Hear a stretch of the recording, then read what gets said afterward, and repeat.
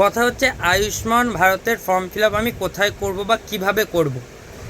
বলে রাখি, আয়ুষ্মান ভারতের ফর্ম ফিল আপ জনকল্যাণ শিবিরে হচ্ছে। হ্যাঁ, জনকল্যাণ শিবির থেকে তোমাদেরকে ফর্ম দেওয়া হচ্ছে। সেই ফর্ম দিয়ে তুমি জনকল্যাণ শিবিরে সেই ফর্ম জমা করতে পারো আয়ুষ্মান ভারতের যে কেওয়াইসি বা ফর্ম ফিল আপের জন্যে। এছাড়া জনকল্যাণ শিবিরে আরও নানা রকম কাজ হচ্ছে, জব কার্ড হেন তেন সব রকম কাজই হচ্ছে, যেগুলো হতো আগে। কেন্দ্র সরকারের যে সমস্ত স্কিমগুলো রয়েছে সেই সমস্ত স্কিমের উপর কাজ হচ্ছে। আয়ুষ্মান ভারতের যে ফর্ম ছেড়েছে সেটা কারা কারা ওখানে জমা দেবে আর কারা কারা বাড়িতে জমা দেবে আর কারা কারা এখন পারবে না তাদের কথা বলে রাখি। এসপিএইচএস কার্ড, পিএইচএইচ আর হচ্ছে এএওয়াই বা অন্তোদয় কার্ড যেটাকে বলে, তাদেরকে বলা হচ্ছে তাদের বাড়িতে আশাকর্মী অঙ্গনারী কর্মীরা ফর্ম নিয়ে যাবে। সেই ফর্ম নিয়ে ফিল আপ করে তারাই ফিল আপ করবে, তাদের কাছে তথ্য দিতে হবে, তারাই ফিল আপ করে তোমার বাড়ির থেকে নিয়ে আসবে।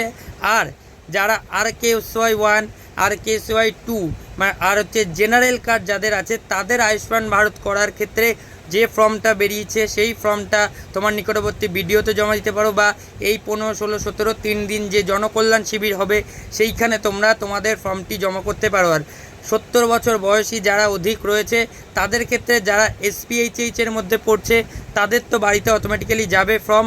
আর যাদের হচ্ছে তোমার 70 বছর বয়স হয়ে গেছে তারা দ্রুততার সাথে ওই শিবিরে আলাদা করে ফর্ম জমা দিতে পারো।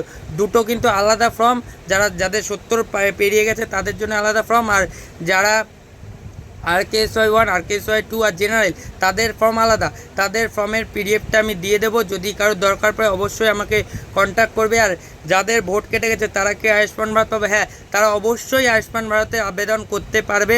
তারা তাদের সাথে তাদের ট্রাইব্যুনালের কাগজ, অবশ্যই ভোটার কার্ডটাও কিন্তু তাকে সেখানে জমা দিতে হবে, ঠিক আছে? আর রেশন কার্ডটা তোমার কিন্তু ওখানে অবশ্যই সঠিক লাগবে। তো যত দ্রুততা সম্ভব তুমি তোমার রেশন কার্ডের ভুলগুলো সংশোধন করে নিও।